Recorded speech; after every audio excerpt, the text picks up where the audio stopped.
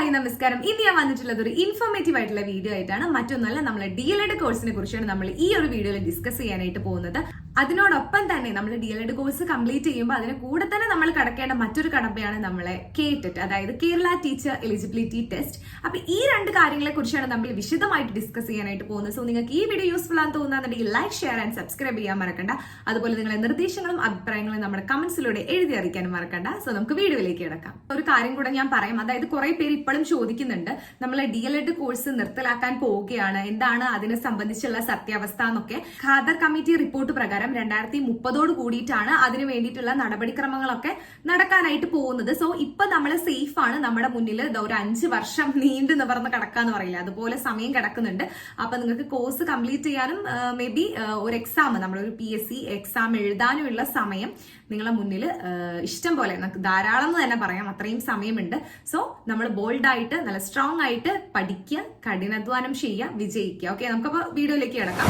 നമ്മുടെ ഈ ഒരു DLED കോഴ്സിന്റെ ഡ്യൂറേഷൻ വരുന്നത് 2 വർഷക്കാലമാണ്. 2 വർഷക്കാലത്തെ 4 സെമസ്റ്ററുകളാക്കിക്കൊണ്ടുള്ള പഠനമാണ് നമ്മുടെ ഈ ഒരു കോഴ്സിൽ നടക്കുന്നത്. ഇതിനോടൊപ്പം തന്നെ ചേർത്ത് വെച്ച് പറയേണ്ട മറ്റൊരു കാര്യമുണ്ട്. അതായത് നമ്മളൊരു സബ്സ്ക്രൈബർ ചോദിച്ചിട്ടുള്ള ഒരു സംശയമാണ്, അവർക്ക് 5 മാസം പ്രായമായിട്ടുള്ള ഒരു കുട്ടിയുണ്ട്. അപ്പൊ ആ കുട്ടിയുടെ കൂടെ ഈ കോഴ്സും ഒരുമിച്ച് മുന്നോട്ട് കൊണ്ടുപോകാൻ പറ്റുമോ എന്നുള്ളത്, അങ്ങനെയുള്ളവരാരും ടെൻഷൻ ആവണ്ട. കാരണം നമുക്ക് ഈ ഒരു കോഴ്സ് പഠിക്കാനുള്ള കാര്യങ്ങൾ വളരെയധികം സിമ്പിൾ ആയിട്ടുള്ള ബേസിക് ആയിട്ടുള്ള കാര്യങ്ങളാണ്. നമുക്കറിയാം, നമ്മൾ ചെറിയ കുട്ടികളെയാണ് പഠിപ്പിക്കാനായിട്ട് പോകുന്നത്.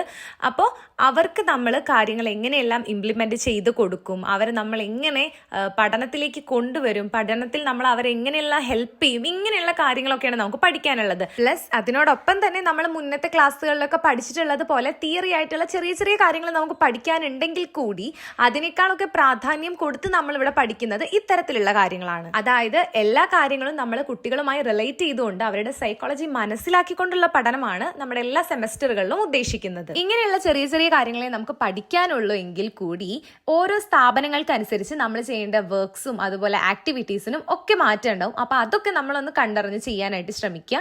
പക്ഷേ നമ്മൾ എഴുത്ത് പരീക്ഷയിൽ എഴുതുന്ന, നമ്മൾ ഓരോ സെമസ്റ്റർ അവസാനത്തിൽ ഉണ്ടാവുന്ന പരീക്ഷകൾക്ക് നമ്മൾ എഴുതുന്ന കാര്യങ്ങൾ വളരെ സിമ്പിൾ ആൻഡ് ഹംബിൾ ആയിട്ടുള്ള കാര്യങ്ങളാണ്. അതുകൊണ്ട് തന്നെ അതാലോചിച്ചാലും ടെൻഷൻ ആവേണ്ട ആവശ്യമില്ല. മുന്നേ പറഞ്ഞിട്ടുള്ളത് പോലെ നമ്മുടെ ഈ 4 സെമസ്റ്ററുകളിലും നമുക്ക് 4 ഇന്റേൺഷിപ്പുകൾ കൂടി വരുന്നുണ്ട്. അതിൽ ആദ്യത്തെ 2 സെമസ്റ്ററുകളിൽ 5 ദിവസം വീതമുള്ള ട്രെയിനിങ് ആണ് നമുക്ക് ഉണ്ടായിരിക്കുക. അതായത് LP സെഷനിൽ 5 ദിവസം ആദ്യ സെമസ്റ്ററിൽ, പിന്നെ രണ്ടാമത്തെ സെമസ്റ്ററിൽ 5 ദിവസം UP സെഷനിൽ. അങ്ങനെ ഈ ഒരു കാലയളവിൽ നമുക്ക് സ്കൂളുമായി ബന്ധപ്പെട്ട് മൊത്തത്തിലുള്ള എല്ലാ കാര്യങ്ങളും ഒബ്സർവ് ചെയ്യുക, നിരീക്ഷണം, ഈ ഒരു കാര്യമാണ് നമ്മുടെ ചുമതലയായിട്ടാണ് വരുന്നത്. എങ്കിൽ കൂടി നമുക്ക് സ്കൂളുമായി ബന്ധപ്പെട്ട് ഉള്ളിലേക്ക് ഇറങ്ങി ചെന്നുകൊണ്ട് പല കാര്യങ്ങളും കുട്ടികളുമായിട്ടും ടീച്ചേഴ്സായിട്ടും അവിടെയുള്ള സ്റ്റാഫുമായിട്ടും PT ആയിട്ടും ഇടപെട്ട് ചെയ്യേണ്ടതായിട്ടൊക്കെ വരും. അത് കഴിഞ്ഞ് 3ാമത്തെ സെമസ്റ്റർ മുതൽ നമുക്ക് 45 ദിവസത്തെ ഇന്റേൺഷിപ്പ് പീരിയഡ് ആണ് വരുന്നത്. ആ ഒരു കാലയളവിൽ നമ്മൾ ചെയ്യേണ്ട വർക്ക് ലോഡും എന്തായിരിക്കും, കുറച്ച് കൂടുതലായിരിക്കും. നമ്മൾ ഓരോ സബ്ജക്റ്റിലും ഓരോ വിഷയത്തിലും നമ്മൾ ഇത്ര ടീച്ചിങ് മാനുവൽ കംപ്ലീറ്റ് ചെയ്യേണ്ടതായിട്ട് ഒരു കടമ്പയും കൂടെ നമ്മൾ അവിടെ കടക്കേണ്ടതുണ്ട്. അപ്പൊ ഈ ഒരു ട്രെയിനിങ് പീരീഡിൽ നമുക്ക് സ്കൂളുമായി ബന്ധപ്പെട്ട് മൊത്തത്തിലുള്ള കാര്യങ്ങളെല്ലാം എക്സ്പ്ലോർ ചെയ്യാനും അറിയാനും മനസ്സിലാക്കാനും ഒക്കെത്തിനും കഴിയും. ഇതിൽ നമുക്ക് പഠിക്കാൻ വരുന്നത് Malayalam, English, maths, social, science, ഇങ്ങനെയുള്ള സബ്ജക്ട്സ് ഒക്കെ ഉണ്ട്.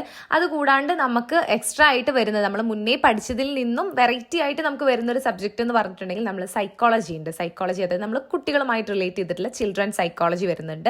അതോടൊപ്പം തന്നെ എഡ്യൂക്കേഷണൽ ഫിലോസഫി എന്ന് പറഞ്ഞിട്ടുള്ള ഒരു സബ്ജക്റ്റും അവിടെ ആഡ് ഓൺ ചെയ്യുന്നുണ്ട്. അപ്പോൾ ഇത്രയൊക്കെ കാര്യങ്ങളാണ്, കുഞ്ഞു കുഞ്ഞു കാര്യങ്ങളാണ്, വലിയ ടഫായിട്ടൊന്നുമില്ല. നമ്മൾ പഠിച്ചെടുത്തിട്ടുണ്ടെങ്കിൽ നമ്മുടെ മനസ്സിൽ ഉറപ്പായിട്ടും തങ്ങി നിൽക്കുന്ന, എക്സാംസിനൊക്കെ നമുക്ക് വളരെ സുഖകരമായി തന്നെ എഴുതാൻ കഴിയുന്ന സബ്ജക്ട്സ് ആണ്. അതുകൂടാണ്ട് നമുക്ക് ഫിസിക്കൽ എഡ്യൂക്കേഷനും ഇൻഫർമേഷൻ ടെക്നോളജിയും കൂടെ പഠിക്കാനായിട്ടുണ്ട്. PT IT എന്നൊക്കെ പറയുന്ന സമയത്ത് നമ്മൾ കരുതും ഇതിലൊക്കെ എന്താണ് പഠിക്കാനുള്ളതെന്ന്. കാരണം നമ്മൾ പഠിക്കുന്ന സമയത്താണെങ്കിൽ PT സമയത്ത് നമുക്ക് ഫ്രീ ആണ്, നമ്മൾ ഗ്രൗണ്ടിലൂടെ കളിച്ച് നടക്കും. ഇനിയിപ്പോൾ IT സമയത്താണെങ്കിൽ ലാബിൽ പോയി നമ്മൾ കമ്പ്യൂട്ടറിന്റെ മുന്നിലിരുന്ന് ഗെയിംസ് കളിക്കുക അല്ലെങ്കിൽ മറ്റെന്തെങ്കിലും വർക്കുകൾ ചെയ്യുകയൊക്കെയാണ് ചെയ്യുക. അപ്പം നമ്മൾ ഈ ഒരു സമയത്ത് നമ്മൾ ഒരു ടീച്ചർ ലെവലിലേക്ക് എത്തുമ്പോഴേക്കും ഈ കാര്യങ്ങൾ നമ്മൾ കുട്ടികളിലേക്ക് എങ്ങനെ എത്തിക്കും, അതായത് ഫിസിക്കൽ എഡ്യൂക്കേഷൻ നോക്കാന്നുണ്ടെങ്കിൽ കുട്ടികൾക്ക് കൊടുക്കാൻ പറ്റുന്ന ഗെയിംസ്, അതുപോലെ എക്സസൈസ്, ഇങ്ങനെയുള്ള കാര്യങ്ങളൊക്കെയാണ് അതിൽ പഠിക്കുന്നത്. അതുപോലെ ഇൻഫർമേഷൻ ടെക്നോളജിയിലേക്ക് വരികയാണെങ്കിൽ നമ്മൾ ഒരു സിസ്റ്റവുമായി ബന്ധപ്പെട്ട് മൊത്തത്തിലുള്ള കാര്യങ്ങൾ, സോഫ്റ്റ്വെയറുകൾ, കുട്ടികൾക്കായി സ്പെഷ്യലായിട്ട് ഡിസൈൻ ചെയ്തിട്ടുള്ള പ്രോഗ്രാംസ്, ഇങ്ങനെയുള്ള കാര്യങ്ങളൊക്കെയാണ് അതിൽ വരുന്നത്. പിന്നീട് നമ്മൾ ഓരോ സെമസ്റ്ററുകൾ കഴിയും തോറും നമ്മളുടെ ഒരു ടീച്ചിങ് കപ്പാസിറ്റി എന്ത് ചെയ്തുകൊണ്ടിരിക്കും, കൂടിക്കൊണ്ടിരിക്കും. അതിനുവേണ്ടി നമ്മളെ ഹെൽപ്പ് ചെയ്യാൻ വേണ്ടിയിട്ട് കണ്ടിന്യൂസ് ആയിട്ട് അസൈൻമെന്റ്, സെമിനാർ, പ്രൊജക്ട് ഇങ്ങനെയുള്ള കാര്യങ്ങളൊക്കെ നമ്മളെ കൊണ്ട് അവർ ചെയ്യിപ്പിക്കുന്നുണ്ടാവും. അപ്പോൾ മാക്സിമം എന്ത് ചെയ്യുക, അതൊക്കെ ഫോളോ ചെയ്ത് പോകാനായിട്ട് ശ്രമിക്കുക. അപ്പോൾ ഇത്രയൊക്കെയാണ് നമ്മളെ കോഴ്സിനെ കുറിച്ച് പറയാനുള്ളത്. അടുത്തതായി ഏറ്റവും പ്രധാനപ്പെട്ടിട്ടുള്ള ഒരു ബോർഡറായ കേറ്ററ്റിനെ കുറിച്ചാണ് പറയാനുള്ളത്. Yes, Kerala teacher eligibility test. നമ്മൾ ഈ ഒരു DLED കോഴ്സ് പഠിക്കുന്ന സമയത്ത്, DLED കോഴ്സിന് മാത്രമല്ല BEDലേക്ക് വരുന്ന സമയത്തും എന്തുണ്ട്, കേറ്ററ്റ് ഉണ്ട്. പക്ഷെ നമുക്ക് ഇവിടെ വരുന്നത് കേറ്ററ്റ് കാറ്റഗറി 1 ഉം 2 ഉം മാത്രമാണ്. അപ്പോൾ നമ്മൾ ഈ ഒരു കേറ്ററ്റിലേക്ക് വരുന്ന സമയത്ത് നമ്മൾ സെക്കൻഡ് സെമിസ്റ്റർ കഴിഞ്ഞ്, നമ്മളെ സെക്കൻഡ് സെമിസ്റ്റർ എക്സാം എഴുതി കഴിഞ്ഞിട്ടുണ്ടെങ്കിൽ നമുക്ക് 3ാമത്തെ സെമിസ്റ്റർ മുതൽ നമുക്ക് എന്ത് ചെയ്യാം, കേറ്ററ്റ് എക്സാമുകൾ എഴുതാനായിട്ട് തുടങ്ങാം. ഇനി കേട്ടിട്ട് പരീക്ഷ യോഗ്യത നേടാൻ വേണ്ടിയിട്ട് എന്നെ സഹായിച്ചിട്ടുള്ള കുറച്ച് ടിപ്സ് ഞാൻ നിങ്ങളുമായിട്ട് ഷെയർ ചെയ്യാം. അതായത് ഞാൻ കേട്ടിട്ടിന് പഠിക്കുന്ന സമയത്ത്, അതായത് കൂടുതൽ സമയമൊന്നും കിട്ടിയിട്ടില്ലായിരുന്നു. ഞാൻ സെക്കൻഡ് സെമസ്റ്റർ കഴിഞ്ഞ് തേർഡ് സെമസ്റ്ററിലേക്ക് കടക്കുന്ന സമയത്ത് ആദ്യമായിട്ട് എഴുതിയ എക്സാം തന്നെ എനിക്ക് ക്രാക്ക് ചെയ്യാൻ കഴിഞ്ഞിട്ടുണ്ടായിരുന്നു. അപ്പോൾ അതിനായി എന്നെ സഹായിച്ചിട്ടുള്ള കുറച്ച് മെത്തേഡ്സ് ഞാൻ നിങ്ങൾക്ക് പറഞ്ഞു തരാം. ഞാൻ മെയിൻ ആയിട്ടും ഫോളോ ചെയ്തിട്ടുണ്ടായിരുന്നത് യൂട്യൂബ് ക്ലാസ്സുകൾ തന്നെയായിരുന്നു. അതിനോടൊപ്പം തന്നെ ഞാൻ സൈക്കോളജി നമ്മുടെ 2 സെമസ്റ്ററുകളിലെയും PDF പൂർണ്ണമായിട്ടും എന്ന് പറഞ്ഞാൽ അത്രയും ക്രിസ്റ്റൽ ക്ലിയർ ആയിട്ട് തന്നെ പഠിക്കാൻ വേണ്ടി ശ്രമിച്ചിട്ടുണ്ടായിരുന്നു.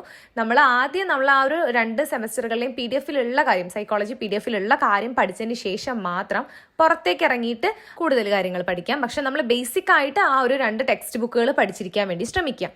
പിന്നീട് നമ്മൾ ബാക്കിയുള്ള സബ്ജക്റ്റിലേക്ക് വരുന്ന സമയത്ത് ഈ സയൻസ് ആയിക്കോട്ടെ, സോഷ്യൽ ആയിക്കോട്ടെ, ഈ ഭാഗത്ത് നിന്നുള്ള ക്വസ്റ്റ്യൻസ് ഒക്കെ കൂടുതലായിട്ട് വരുന്നത് ടെക്സ്റ്റ് ബുക്കുകൾ റിലേറ്റ് ചെയ്തിട്ട് തന്നെയായിരുന്നു.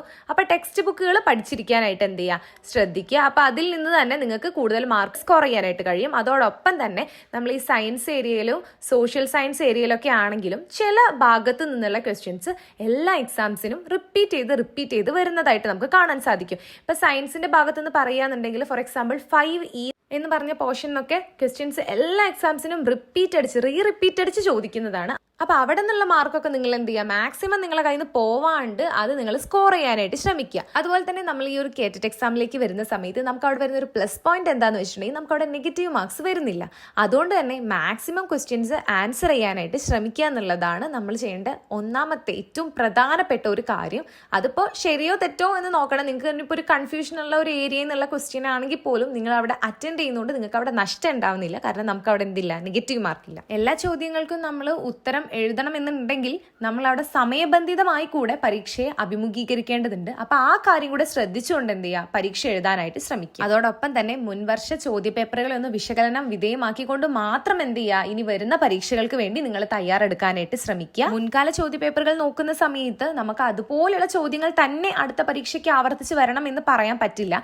എങ്കിലും ആ ഒരു മോഡലും സ്പെസിഫിക് ഏരിയാസ് ഫോളോ ചെയ്തുകൊണ്ടുള്ള ക്വസ്റ്റ്യൻസ് ആയിരിക്കും ഇനിയുള്ള എക്സാമിന് വരിക എന്നുള്ളത് നമുക്കൊന്ന് മനസ്സിലാക്കാനായിട്ട് സാധിക്കും. അതിനാണ് ഈ previous year question papers workout ചെയ്യണമെന്ന് പറയുന്നതിന്റെ പ്രധാന ഉദ്ദേശം. മാത്സ്, ഇംഗ്ലീഷ്, മലയാളം പോലെയുള്ള സബ്ജക്ട്സ് ഒക്കെ നമ്മൾ കൂടുതലും സിലബസ് ഓറിയന്റഡ് ആയിട്ട് തന്നെ യൂട്യൂബ് ക്ലാസ്സുകളോ അല്ലെങ്കിൽ നിങ്ങൾക്ക് മറ്റേത് സോഴ്സിൽ നിന്ന് കിട്ടുന്ന ക്ലാസ്സുകളൊക്കെ ഫോളോ ചെയ്തുകൊണ്ട് പഠിക്കാനായിട്ട് ശ്രമിക്കുക. ഏതൊരു ഏരിയയിൽ നിന്നുള്ള ക്വസ്റ്റ്യൻസ് ആണെങ്കിൽ കൂടി ഒന്നും സ്കിപ്പ് ചെയ്ത് കളയരുത്. സമയബന്ധിതമായിട്ട് തന്നെ ആൻസർ ചെയ്യാനായിട്ട് എല്ലാവരും പഠിച്ചിരിക്കണം. നേരത്തെ ഞാൻ പറഞ്ഞല്ലോ നമ്മുടെ സൈക്കോളജിയുടെ 2 ടെക്സ്റ്റ് ബുക്കുകൾ, നമ്മൾ 2 സെമസ്റ്ററുകളിലെ ടെക്സ്റ്റ് ബുക്കുകൾ പഠിക്കണമെന്ന്. അതുപോലെ തന്നെ നമ്മൾ ഈ ഒരു 3ാമത്തെ സെമസ്റ്റർ മുതൽ എക്സാം എഴുതി തുടങ്ങുന്ന സമയത്ത് അതിന് മുന്നേ നമ്മൾ പഠിച്ചിട്ടുള്ള മലയാളം, ഇംഗ്ലീഷ്, മാത്സ്, ബാക്കിയുള്ള എല്ലാ സബ്ജക്റ്റുകളുടെയും ടെക്സ്റ്റ് ബുക്കുകൾ നമ്മൾ എന്ത് ചെയ്തിരിക്കണം, പഠിച്ചിരിക്കണം. എന്നിട്ട് നമ്മൾ എന്ത് ചെയ്യുക, മറ്റ് സോഴ്സുകളിൽ നിന്നുള്ള നോളജ് കൂടി ശേഖരിച്ചുകൊണ്ടുള്ള പഠനത്തിന് ഊന്നൽ കൊടുത്തുകൊണ്ട് മുന്നോട്ട് പോകാനായിട്ട് ശ്രമിക്കുക. കൂടുതലായിട്ട് നമുക്ക് ആ ഒരു 2 സെമസ്റ്ററിൽ പഠിക്കാനുള്ള PDF-കൾക്കും അതുപോലെ 1ാം ക്ലാസ് മുതൽ 8ാം ക്ലാസ് വരെയുള്ള ടെക്സ്റ്റ് ബുക്കുകൾ ബേസിക് ആയിട്ട് അത്രയെങ്കിലും എന്ത് ചെയ്തിരിക്കുക, പഠിച്ചിരിക്കുക. അപ്പൊ ഇത്രയൊക്കെ കാര്യങ്ങളാണ് ഞാൻ കേട്ടിട്ട് പഠിച്ചിരുന്ന സമയത്ത് ഞാൻ ഫോളോ ചെയ്തിട്ടുണ്ടായിരുന്നത്.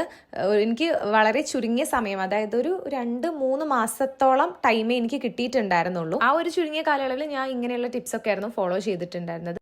മറ്റൊരു കാര്യം, നമ്മളെ ക്വാളിഫിക്കേഷൻ +2 ആണെന്നുണ്ടെങ്കിലും നമ്മൾ DLED കോഴ്സ് കംപ്ലീറ്റ് ചെയ്തതിനു ശേഷം കേറ്ററ്റ് കാറ്റഗറി 1 കൂടി ക്രാക്ക് ചെയ്തിട്ടുണ്ടെങ്കിൽ നമുക്ക് LPSA, UPSA എന്നീ 2 തസ്തികകളിലേക്കുള്ള പരീക്ഷകളും എഴുതാൻ സാധിക്കുന്നതാണ്. അതിന്റെ കൂടെ കാറ്റഗറി 2 വേണമെന്ന് ഒരു നിർബന്ധവും. കാരണം ഞാൻ അങ്ങനെ എക്സാം എഴുതിയിട്ടുള്ള ഒരാളാണ്. കുറെ പേര് ഈ ഒരു സംശയം വീണ്ടും ചോദിക്കുന്നു. അതാണ് ഞാൻ ഈ ഒരു വീഡിയോയിൽ ഈ ഒരു കാര്യം കൂടെ ഇൻക്ലൂഡ് ചെയ്തത്. സോ ഈ വീഡിയോ ഇത്രയേ ഉള്ളൂ. അപ്പൊ നിങ്ങൾക്ക് ഈ വീഡിയോ ഇഷ്ടമാകുന്നുണ്ടെങ്കിൽ ലൈക്ക്, ഷെയർ ആൻഡ് സബ്സ്ക്രൈബ് ചെയ്യാനായിട്ട് മറക്കണ്ട. അടുത്തൊരു ഇൻഫോർമേറ്റീവ് വീഡിയോ ആയിട്ട് കാണുന്നവരെ ബൈ ബൈ.